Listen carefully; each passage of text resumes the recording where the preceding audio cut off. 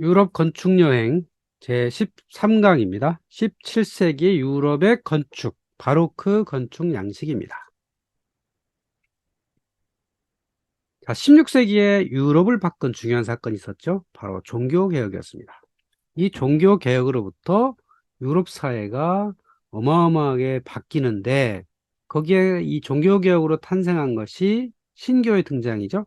주로 북독일 지역, 그리고 프랑스 일부, 잉글랜드 이쪽으로 신교가 탄생을 했습니다. 그래서 북독일 지역에는 루터파 교회가 생기고, 프랑스에서는 칼뱅파가 생겼고, 잉글랜드에 국교회가 생겼죠.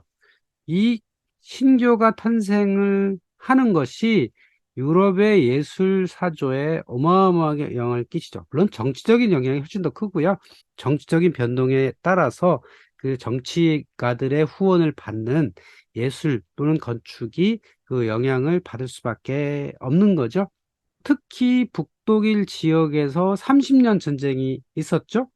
그래서 이 30년 전쟁이라고 하는 것은 각 지역이 종교를 선택할 수 있었던 그런 사건이에요. 그래서 이 북독일 지역을 중심으로 아주 치열하게 전쟁이 벌어졌고, 북독일 지역이 아주 뭐 대규모 전쟁터가 돼요. 그래서 이 북독일 지역이 원래 신성로마 제국이 있었는데, 큰 나라들이 있었는데 이 전쟁 이후에 아주 작은 나라들로 변모가 되고, 또 프랑스, 이탈리아, 잉글랜드, 스페인 이쪽이 정치적인 환경이 많이 바뀝니다. 이 종교개혁이라는 것은 이탈리아에 있던 로마 교황의 영향력에서 벗어나고자 하는 정치 움직임이라고도 할 수 있거든요.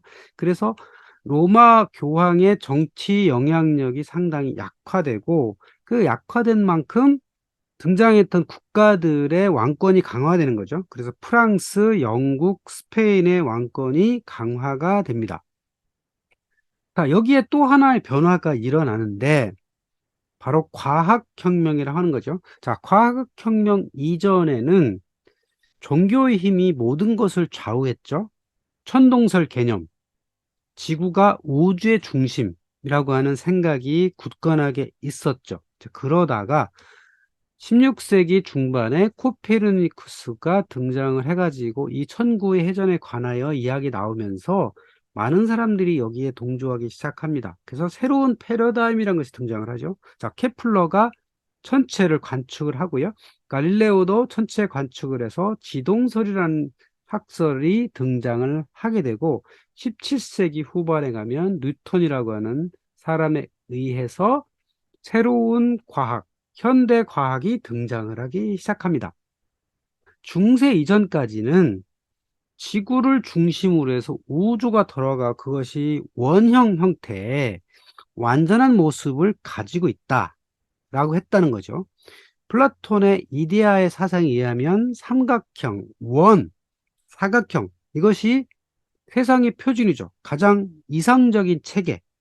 르네상스에서도 기하학의 이상적인 체계를 따라서 예술을 만들어지고 건축도 이렇게 그려졌는데, 16세기를 거쳐서 17세기에 오면은 세상은 원이 아니라 타원이라고 하는 새로운 패러다임 등장을 합니다. 자, 케플러가 천체를 관측했더니 축이 두 개인 타원이라는 것이 있더라. 지구가 태양을 중심으로 타원 궤도를 돌더라라고 하는 새로운 패러다임이 나옵니다.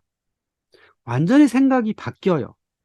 자, 이러한 종교개혁과 과학혁명의 패러다임이 바뀜으로써 유럽의 예술 세계에 큰 영향이 바뀌게 되는데, 자, 그래서 17세기, 18세기에는 유명 화가들이 국유 국가에 많을 수밖에 없었다. 이게 뭐냐면, 자, 신교에서는 교회를 치장하지 않죠. 예술을 후원하지 않았어요. 자, 왜 그러냐면 이게 우상숭배의 가능성을 염려를 해서 교회에 있던 신상들, 성화들을 다 없애버렸고 그냥 회벽칠만 하죠. 깨끗하게 하죠. 그러니까 그동안에 교회 후원에 의해서 예술가들이 먹고 살았는데 신기호 지역에서 그것이 없었단 말이죠. 그 반대로 구교 지역에서는 그 종교개혁의 반작용에 의해서 오히려 더 종교성이 강화된단 말이죠. 그래서 교회에서 더 많은 후원을 하게 되고, 또 왕권이 강화됐잖아요. 프랑스, 스페인, 잉글랜드에서 왕권이 강화되니까 그 왕들이 후원자가 돼서 이런 예술가들을 후원하게 된 거죠. 그래서 구교권 국가의 예술가들이 더 많이 등장을 할 수밖에 없었다는 거죠. 그래서 스페인, 이탈리아, 프랑스, 잉글랜드 지역에 이런 예술가들이 나오게 되고 화려한 미술을 추구하게 되더라. 이게 바로 바로크 예술이라고 하는 겁니다. 자, 바로크 예술 시대는 어떤 시대냐?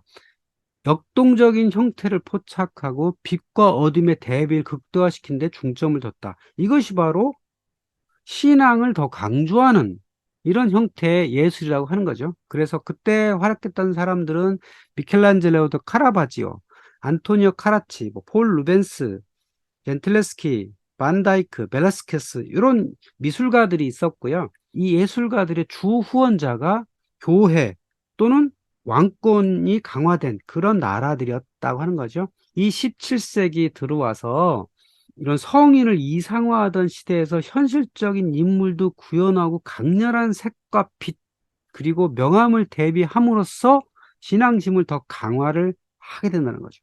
이게 바로 바로크 예술의 특징입니다. 자, 바로크라는 것은 주로 구교 국가에서 등장을 많이 하게 된다는 거예요. 종교개혁의 반작용으로 새로운 종교개혁의 형태로 등장을 하게 되는데 그거의 상징 예술이 바로 바로크라는 거죠. 여기 교회를 보시면 루터 교회는 아주 단순하고 정갈하죠. 다 회벽칠을 하고 있습니다. 깔끔합니다. 내부에 오로지 십자가뿐이다. 그런데 로마 카톨릭 교회 내부는 아주 화려하죠. 이게 바로 바로크식이라고 하는 겁니다. 바로크가 르네상스식보다 훨씬 화려한 이유가 바로 이런 반종교개혁의 영향 때문이다라고 하는 겁니다. 자, 신교 교회는 깔끔하고 단순하다. 그거에 반대로 구교에서는 아주 화려함을 추구했다. 신교 지역에서는 후원자가 없어서 예술 활동이 거의 사라지게 되었고, 자, 신교에서는 교회를 짓는데 중앙 집중령을 하게 됩니다. 왜? 설교가 중심이 되니까 설교단을 중심으로 여기 민중들의 자리가 배치가 되는 이런 형태라는 거죠. 그런데 구교권에서는 행사 중심의 기존 방식을 고수를 했으니까 이 라틴 크로스가 더 강화되죠. 여기 루터파 교회에서 보면 단순한 사각형 형태의 중앙 집중형 교회잖아요. 그런데 로마 카톨릭의 교회에서는 기존의 라틴 크로스 형태의 이게 팔을 벌린 듯한 이런 형태를 더 강화를 하게 되더라는 겁니다. 종교개혁이 등장을 하니까 자, 구교권에서는 반종교개혁의 움직임이 생겨나기 시작합니다. 그 반종교개혁의 움직임이 생겨난 게 예수회라는 겁니다. 자, 예수 복음을 회복하자. 저 신교 지역에서 새롭게 이단처럼 등장을 한 저 신교 대항에서 우리 구교권에서는 더 신앙을 더 활성화시켜야 되겠다라고 하는 생각에서 아냐시오 데 로욜라가 1539년에 창립을 하게 되고 이 예수회가 그 이후에 이 로마 카톨릭의 전파에 크게 기여를 하죠. 동양에도 오죠. 마테오 리치가 중국에 와서 뭐 여러 한자어들을 만들어낸 게 바로 예수회고 또 남미 지역에 선교 활동을 했던 것도 예수회고 오늘날 로마 교황인 프란치스코 교황도 예수회 소속이죠. 이만큼 예수의 역할이 상당히 컸다는 겁니다. 자, 그 예수회가 이탈리아 로마에 새로운 교회를 성립을 합니다. 이때부터 바로크 양식 건축이 등장을 하기 시작합니다. 자, 자코모 바로지 나비놀라라는 사람이 건축한 일제수 교회입니다. 이 교회 이 설계들을 보시면 중앙에 돔이 있고요. 전형적인 바실카 형태죠. 여기 가운데에 공간이 있고 또 좌우에 채플이 공간이 차지한 라틴 크로스의 교회죠. 트랜세프트가 요 팔이 좀 짧아요. 없어서 트랜세프트가 없는 삼낭식 바실리카다. 내부는 로마 고전주의 벽체 구조를 하고 있다. 여기 보면 기둥이 아주 굵잖아요. 기둥 같아 보이잖아요. 이 벽체처럼 형태를 가지고 있다. 그리고 천정에도 보시면 장식물이 굉장히 많죠. 그리고 뭐 이런 조각물도 많고, 자, 이것이 로마 카톨릭 교회의 특징이죠. 장식물이 많은. 그런데 이 바로크에서는 르네상스에서는 이렇게까지 화려하지 않았었는데 오히려 바로크 시대에 와가지고 더 화려함을 추구하게 됐다. 이렇게 초기 바로크 교회가 만들어지기 시작합니다. 일제수교회의 파사드입니다. 자, 이것이 르네상스 교회와 어떻게 달라졌나를 확인할 수 있습니다. 그러니까 르네상스 고전주의를 바탕으로 해요. 바로크도 어느 날 갑자기 새로운 게 완전 등장한 게 아니라 르네상스 고전주의에서 출발해서 좀 더 화려한 형태로 변해갔다라고 하는 게 바로크의 특징이죠. 자, 위에서부터 보시면 물결 장식이 좌우로 있죠. 자, 기둥 같은 거 보면, 자, 벽기둥, 사각형 벽기둥이 이렇게 있죠. 기둥 양식은 코린토스식을 조금 변형한 이런 기둥, 사각형 벽기둥. 중앙에는 파사드가 있고, 둥근 원기둥이 있고, 자, 1층에도 보면, 자, 평면이 쭉 있는데요. 사각형 벽기둥이 있고, 중앙에 원기둥이 두 개 있고, 있죠. 그런데, 자, 르네상스 양식과 바로크 양식의 가장 큰 차이가 뭐냐면 바로크 양식에서는 움직이는 평면이에요. 자, 르네상스 양식에서는 요 1층의 평면이 평평합니다. 그런데 바로크에서는 평면이 약간 움직였어요. 여기 보면 이렇게 올록볼록 튀어나왔잖아요. 여기 움직인 평면이라는 의미입니다. 이렇게 르네상스와 바로크 차이는 평면이 움직였다. 평평하지가 않다. 벽기둥 모통 두 개씩 이렇게 넣는 경향성이 있다. 예수의 본당, 일제수 교회입니다. 자, 이것이 바로 르네상스 고전주의를 바탕으로 바로크가 탄생을 했다라는 게 이 비교를 보시면 알 수 있습니다. 알베르티가 건축한 산타마리아 노벨라 수도원 성당의 파사드입니다. 이게 르네상스 양식이라고 하는 겁니다.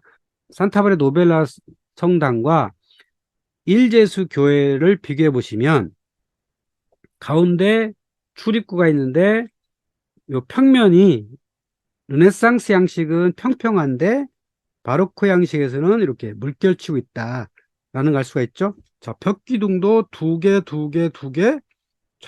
좌측에도 두 개, 그리고 가운데 둥근 벽기둥을 차지하고 있다. 그러니까 르네상스 양식에서 변화해서 바로크 양식으로 나왔다를 알 수가 있겠죠. 자, 본격적으로 바로크 양식이 등장한 가장 많이 모방된 교회는 산타 수산나의 파사드입니다. 자, 여기도 보시면 가운데 삼각형 박공이 이렇게 있죠. 그리고 그 밑에 박공이 원형 박공이 있고요. 자, 평면도 보시면 아까 물결친 평면을 하고 있죠. 여기는 둥근 벽기둥이 많죠. 그리고 맨 바깥에만 사각형 벽기둥을 썼고요.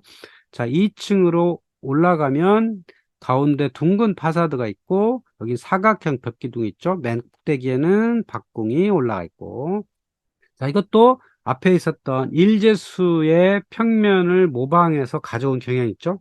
여기 양쪽에 둥근 물결무늬 여기 또 있죠. 그러니까 산타마리아 노벨라 성당의 르네상스 양식을 기본으로 해서 일제수의 바로크 양식 교회가 등장을 했고, 또 산타 수산나 파사드는 마데르는 그거를 참조해서 또 이렇게 변해왔다라는 걸 알 수가 있습니다. 가장 유명한 바로크 양식 교회 파사드는 성베드로 성당이죠. 여기도 보면 중간에 이렇게 삼각형 박공, 신전 모습이 이렇게 있죠. 신전 모습, 둥근 벽기둥이 가운데 있고 맨 양쪽 끝이 사각형 벽기둥으로 장식한, 원래 여기가 종탑이에요. 여기 종이 들어가 있잖아요. 여기 종이 있고 왼쪽에 종이 있고 오른쪽에 종이 있습니다. 양쪽에 이걸 깜파닐라 그러는데 종탑을 양쪽에 세우고 중간에 본체를 이렇게 설계를 했고 뒤에 돔이 있는 이런 형태가, 자, 일반적인 바로크 교회의 특징이죠. 이게 가장 유명한 바로크 교회 모습이라고 할 수 있는데, 앞에 수산나 교회를 참조해서 카를로 마데르노가 이 파사드를 건축을 하게 되죠. 이 성베드로 성당은 꽤 여러 사람들이 참여해서 이 건축을 하게 됩니다. 가장 먼저 한 사람은 도나토 브라만테예요. 이 내부에 이렇게 사각형 장식이 많은 벽체 형태를 만든 게 브라만테거든요. 그리고 브라만테 다음에는 라파엘로 산치오도 잠깐 참여를 했었고요. 그리고 미켈란젤로도 여기 도움 건축을 하는데 상당히 기여를 했죠. 그리고 자코모 델라 포르타까지 왔고, 카를로 마데르노가 앞에 파사드 정면을 장식을 했고 맨 마지막에 로렌초 메르니가 최종 완공을 하게 됩니다. 베르니가 했던 이 화려한 장식들, 천정, 그다음 기둥, 벽면 이런 곳에 많은 그 예술가들이 참여해서 화려한 바로크 장식주의가 채택되었다고 하는 겁니다. 그러니까 바로크 양식의 중요한 특징 중에 하나는 장식주의다. 장식을 굉장히 많이 했다. 이 장식을 많이 하게 된 이유가 바로 종교계에 의해서 신교권이 단순하고 정갈하게 교회를 만들다 보니 그거에 대한 반작용으로 이 구교권에서는 더 화려하게 이 교회를 장식하는 경향성이 있더라라고 하는 겁니다. 성 베드로 성당을 최종 완공한 사람은 베르닌이라고 할 수 있죠. 이 사람은 주로 조각에 아주 탁월한 능력을 발휘했던 사람인데요. 이 사람은 나폴리 출신이었고 미켈란젤로처럼 장수하며 다방면에서 업적을 남긴 아주 천재적인 예술가였습니다. 성당, 궁정건축, 조각, 묘지, 분수, 장식 등 여러 방면에서 활약을 했습니다. 굉장히 오래 살았죠. 82세까지 살았으니까. 미켈란젤로는 거의 90세까지 살았거든요. 아주 오래 살았기 때문에 많은 작품들을 남겼는데 베르니니도 마찬가지였습니다. 원래 이 사람은 조각가였어요. 조각으로 주로 활동을 하다가 40세 이후에 이 건축에도 참여를 해가지고 여러 작품들을 남기게 됩니다. 자, 바로크의 완성자로 불리는 이 베르니니가 만든 테레사의 환입니다. 요즘엔 박물관으로 되어 있는데요. 산타마리아 델라 비토리아 내부에 있는 박물관인데 여기에 보면 위에 빛이 막 내려오잖아요. 그 테레사 성녀가 있는 그 장면입니다. 여기도 보면 전형적인 바로크의 평면을 구성하고 있다는 걸 알 수가 있죠. 뭐죠? 물결 장식이 있죠. 이렇게 박공 같아 보이는데 이게 뭔가 변형이 많이 되어 있죠. 그리고 평면이 평평하지가 않고 물결 형태를 갖고 있죠. 또 쌍기둥을 하고 있더라. 저기 기둥의 위쪽도 뭔가 좀 응용이 되어 있는 이런 모습을 하고 있죠. 자, 베르니니가 만든 베드로 성당의 발다키노입니다. 발다키노는 여기에 연설대예요. 연설대 위에 이렇게 지붕처럼 이렇게 씌우는 걸 발다키노라고 하는데요. 이거 청동으로 만들어졌죠. 판테온의 내부에서 청동을 뜯어다가 이것을 만들었다고는 설이 있어요. 베르니가 요 발다키노를 만들었고 또 맨 뒤편에 보면은 베드로의 옥자와 성령이 있어요. 이게 의자예요. 의자인데 이걸 베드로의 옥자다. 요 왼편에 이 교황이 모습이 있죠. 그리고 뒤에 보면 여기 빛이 막 들어와요. 들어오는데 여기 비둘기가 있죠. 그래서 성령. 그리고 여기 빛이 막 이렇게 새어나는 듯한 조각품이 이렇게 자리하고 있죠. 자, 베르니는 원래 조각가였죠. 그래서 인체 조각을 미켈란젤로만큼 잘하는 조각가였다라고 하는 겁니다. 저 베르니가 만든 페르세폰의 납치라고 하는 조각품이죠. 여기 보면 하데스가 페르세포네를 납치해가는 그 장면, 그래서 이 허벅지의 모습이라든지 근육의 형태 이런 거 보면 아주 실감나게 잘 표현을 하고 있죠. 오른쪽에는 아폴론과 다프네 베르니니의 작품입니다. 둘 다 보르게세 미술관에 있는 예술품이라고 할 수 있죠. 자, 베르니니가 했던 이 성 베드로 성당의 마지막 작품은 뭐였냐면 바로 이 광장이죠. 성 베드로 광장. 타원형으로 만들어진 광장. 중앙에 오벨리스크가 있고 저 멀리 산탄젤로 성이 보이는 그런 곳이죠. 여기 그 광장에서부터 이 산탄젤로까지 거리가 쭉 있는데 비아델라 콘칠리아 치오네라고 하는 거리인데 원래는 여기가 다 건축물 막혀 있었어요. 그런데 라테란 조약 1929년에 이 바티칸 시국이 만들어진 그게 바로 라테란 조약인데 이것을 기념해서 당시에 통치자였던 무솔리니가 이 교황한테 선물로 준 겁니다. 길을 빵 뚫어가지고 이렇게 보여주게 된 거죠. 물론 여기까지만 바티칸이고 여기는 이제 로마시인데 이렇게 뚫어가지고 상징성을 보여주는 공중에서 보면 이 열쇠 모습을 하도록 만들어 줬다고도 해요. 자, 이 성 베드로 광장에서 베르니니가 만든 이 타원의 열주의 모습이죠. 자, 이것을 보면 비정형의 타원 구조다. 자, 가로가 195m고 세로가 140m예요. 원이 아니고 타원으로 만들었다는 게 중요합니다. 자, 르네상스 건축 양식에서는 항상 원이 중요하죠. 아치도 반원 아치를 썼는데 바로코에 오면 이 타원이 중요해집니다. 이 바로크 시대에서는 꼭 원이어야 될 필요가 없다. 오히려 세상은 타원이 지배하는 세상이다라고 하는, 아까 과학의 패러다임이 바뀌었다고 그랬잖아요. 그것이 적용이 돼가지고 이 타원형 구조로 만들어지게 되고, 여기 이 광장에 328개 기둥으로 둘러싸여 있는 이 광장을 이렇게 만들게 됩니다. 조반니 로렌초 베르니니가 만든 퀴리날레 성 안드레아 교회의 파사드입니다. 여기도 보면 여기 아주 단순하죠? 사각형 벽기둥, 그리고 위에 박공이 이렇게 있고요. 가운데 원기둥이 두 개 서 있는, 그리고 내부에 들어가 보면 내부의 돔도 둥글지 않고 타원 형태를 띠고 있다. 이 전형적인 바로크 양식의 구조라고 할 수 있죠. 1527년에 사코디 로마 대약탈이라고 하는 중요한 사건이 있었죠. 그 사건에 의해서 게르만족 병사들이 로마시에 와서 이 도시를 약탈을 하고 여기다 불을 질렀는데 로마시의 80%가 불에 탔어요. 그러니까 로마시도 중세 건물이 있었을 거 아니에요. 그런데 이 1527년 사건에 의해서 대부분의 건물들이 사라졌어요. 그래서 그 이후에 16세기 말 17세기 들어서서 로마시는 건축물이 들어서기 시작했죠. 그래서 오늘날에도 보면 로마시 가보면 대부분의 건축물이 이 바로크 시대의 건축물입니다. 17세기에 주로 지어졌기 때문에 그래요. 그래서 로마시는 바로크의 도시다. 자, 그리스 문화와 로마 제국을 기반으로 한 교황이 통치하는 바로크 형식의 건축물이 로마시 주로 구시가지에는 꽉 차 있다. 이렇게 이해하시면 됩니다. 그 중에 대표적인 게 트리비 분수라고 하시죠. 이 트리비 분수를 보시면 여기 그리스 신화의 인물들, 여기 아폴론과 아테나, 여기 아폴론이고 아테나잖아요. 그리스의 영향, 또 이 건축물 자체는 바로크, 또 로마 제국의 영향이 다 섞여 있는 거죠. 이 트레비 분수는 베르니니가 기획하고 니콜로 살비가 완공했던 아주 대표적인 바로크 시대의 바로크 건축 양식으로 지어진 건축물이라고 할 수 있습니다.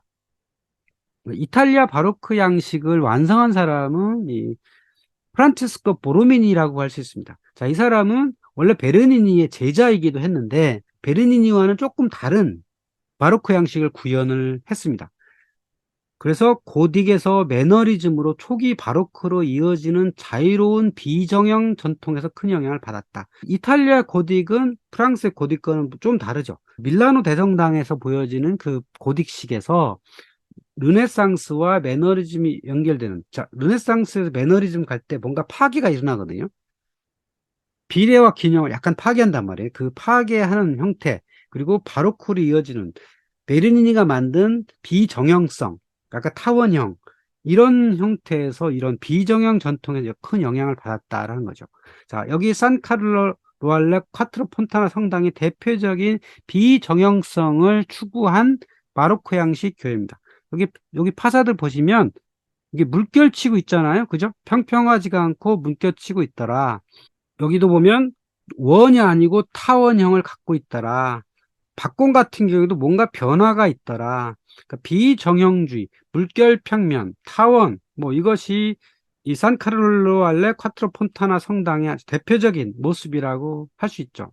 자, 그 내부도 들어보면 이렇습니다. 내부가 아주 화려하죠? 화려한 대리석을 썼고, 치장물이 상당히 많고, 천정화도 그려져 있고, 특히 천정의 도움을 보시면 타원형을 하고 있죠? 그리고 옆에도 보면 돌을 이렇게 깎아가지고 타원형 형태를 하고 있더라. 그 비정형주의 바로크 시대라고 할 수 있습니다. 자, 보로미니가 만든 산타 아그네스 성당입니다. 여기도 보면 평면이 평평하지가 않죠? 물결치는 듯한 평면을 하고 있다. 그다음에 삼각형 박공은 상당히 좀 작다. 그리고 벽기둥에 원기둥 또 사각형 기둥을 쓰고 있다. 특히 2층으로 올라가서 여기 돔이 있는데 돔 밑에 처마, 코니스 같은 경우에도 상당히 뭔가 평면이 달라졌죠? 파괴를 많이 했습니다. 자, 내부도 보시면 화려한 형태의 돔을 갖고 있더라. 자, 베르니니와 보로니니는 상당히 다른, 비슷하면서도 다른 형태의 바로크 예술을 추구를 하고 있다라고 하는 거고요. 보로미니가 만든 산티포일라 사피엔자의 꼭대기를 보시면, 예, 꼭대기 도움을 올린 것 같은데, 이 도움이 원형을 추구하지 않고 6개의 원이 겹쳐진 형태를 하고 있습니다. 뭔가 좀 이렇게 다르죠? 그러니까 그러니까 원의 이 중심이 다른 형태로 겹쳐서 쌓아 올린 듯한 모습을 하고 있죠. 그래서 비정형주의를 갖고 있는 대표적인 모습이라고 할 수 있죠. 프란치스코 보로미니의 성 필리포네리 오라토리오를 한번 보시죠. 자, 1층, 2층, 3층이 있는데 페드먼트, 박공이 뭔가 다 변형이 됐어. 자, 1층 박공도 변형이 됐고 2층 박공도 여기 2층의 박공도 변형이 됐죠. 여기도 원형으로 좀 변형이 됐고 3층 지붕에도 보면 박공이 이렇게 물결 치듯이 하고 있죠. 1층과 2층 사이에 여기 프리즈 보면 뭔가 물결 치는 듯한, 그다음에 여기 기둥 위에 보면 있고 하나가 또 겹쳐 있죠. 이렇게 겹쳐진 엔터블루츠가 있다.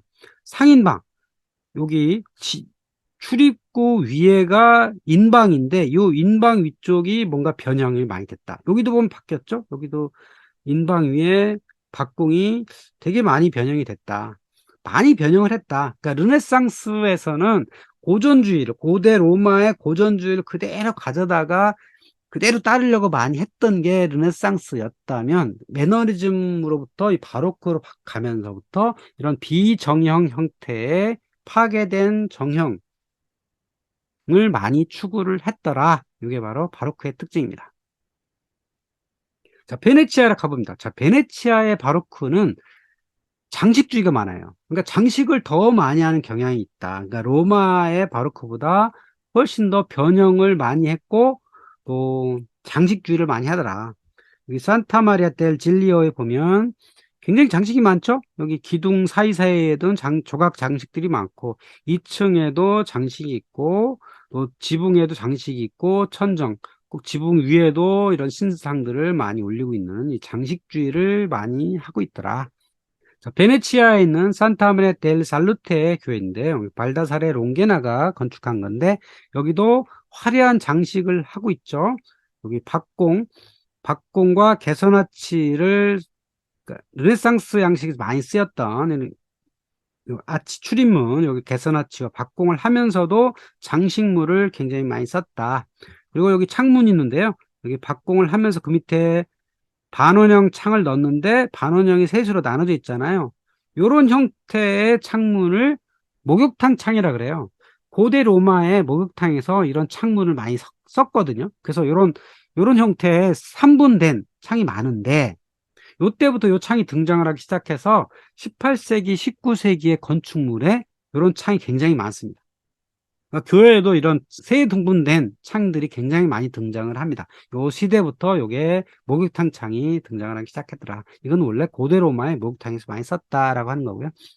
자, 위로 올라가면 여기 버트레스도 있는데 버트레스에도 보면 이렇게 둥글게 말아서 이렇게 또 하는 장식품을 많이 달았죠. 돔은 원형으로 많이 추구를 했고요. 자, 베네치아에는 이렇게 장식주의를 많이 추구하는 경향성이 있었다라고 하는 겁니다. 자, 내부로 보시면 여긴 장식이 별로 없죠. 외부는 장식을 많이 했는데 내부는 깔끔합니다. 이것은 베네치아는 신교 영향을 많이 받았다 그랬죠. 자, 베네치아에는 알프스 이북에 상인들도 많이 오기 때문에 그런 신교 영향을 가장 많이 받은, 그러니까 로마 교황의 영향을 적게 받는 그런 도시이기 때문에 아무래도 신교 영향이 상당히 커서 이 베네치아 특유의 정갈한 분위기를 갖고 있다. 도움에도 아무런 그림도 없고 깔끔하죠. 가끔은 이런 조각상이 있긴 하지만 그래도 로마에 지은 어떤 그 바로크 교회보다는 상당히 정갈한 모습을 하고 있는 게 베네치아 교회의 특징이라고 할 수 있죠.